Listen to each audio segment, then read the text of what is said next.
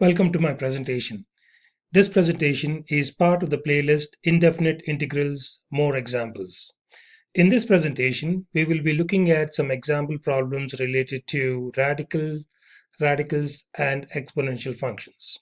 Let us look at an example involving radical functions.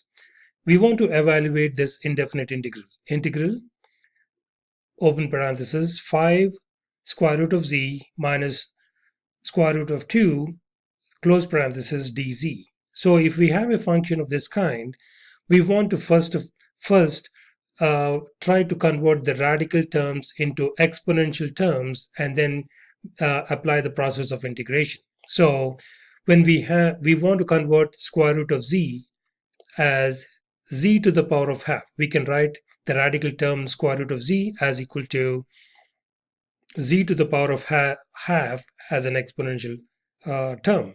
So now we can rewrite the given function as y is equal to z to the power of half dz minus integral square root of 2 dz. So now since we have some constant terms, we can pull those out of the integration term, and we can rewrite this as follows. Y is equal to 5 is outside of the integration process. Integral z to the power of half dz. We have converted square root of z to z to the power of half minus square root of 2 is a constant. So we're going to pull that out of the integration process as square root of 2 integral dz. So now we can integrate each function separately. And when we do that, we can write it as follows here. We're going to use the power rule to integrate z to the power of 1/2 dz. So let me just refresh what the power rule is. This is the power rule. If y is equal to x to the power of n dx, then when we integrate this, the power rule on integration is stated as follows: is equal to x to the power of n, whatever exponential power we have, we're going to increase it by 1, n plus 1 divided by whatever is in the exponential term. We're going to write that as the denominator, x to the power of n plus 1 divided by n plus 1. So that's the power rule. So let's go back to our video. So 5 times z to the power of half we can write as z to the power of half plus 1, because n for us here is equal to half. So z to the power of half plus 1 divided by half plus 1 in the denominator minus square root of 2 is a constant. Integral dz is converts to z, and then we're going to add a constant of integration c. So let's simplify this some more. 5 times z to the power of 1/2 plus 1 is equal to 3 over 2 divided by, in the denominator we have 1/2 plus 1, which is equal to 3 over 2 minus, there's nothing to be simplified here, square root of 2z plus c. Now we can simplify this some more, and this is going to be equal to 5 times 2 over 3. 5 times 2 is 10 over 3, and that's what we've written here, times z to the power of 3 over 2 minus square root of 2z plus c, where c is a constant of integration.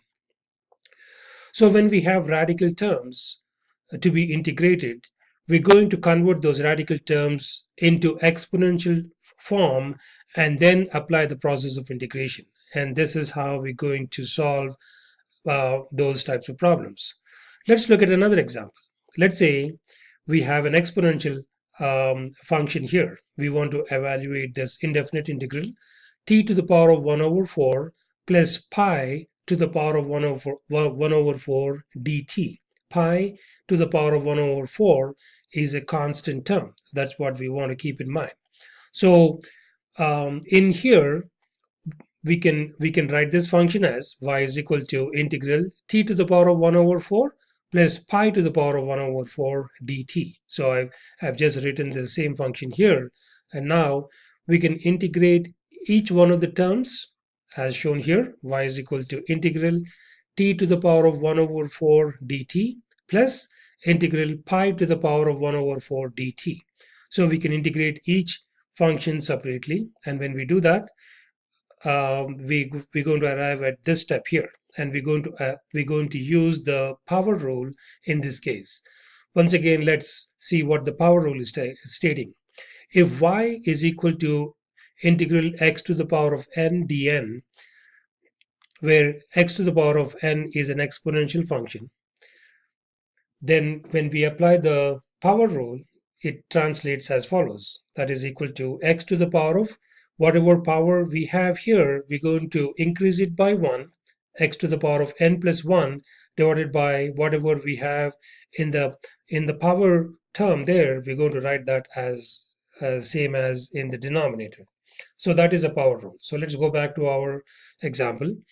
So integral t to the power of 1 over 4 dt, for us, n is equal to 1 over 4. So n plus 1, t to the power of 1 over 4 plus 1 divided by whatever we have here, we're going to write that in the denominator, 1 over 4 plus 1, plus integral pi to the power of 1 over 4 is a constant. So we took it outside of the integration term.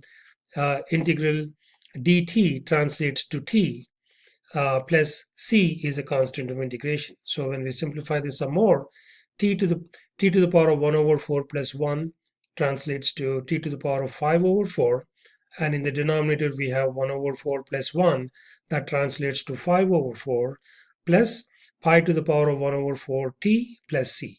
So when we simplify this some more, 5 over 4 is in the denominator, and when we bring it to the side of the term, it becomes 4 over 5 times t to the power of 5 over 4 plus pi to the power of 1 over 4 t plus c, where c is a constant of integration. So when we have exponential terms, this is how we're going to solve the problem using the integration process. So no matter which type of function we have, whether it is an exponential function or a radical function, we can integrate them using all the steps, using the basics and all the steps we know, and then arriving at the final answer. In my next video presentation, we will be solving more examples related to indefinite integrals.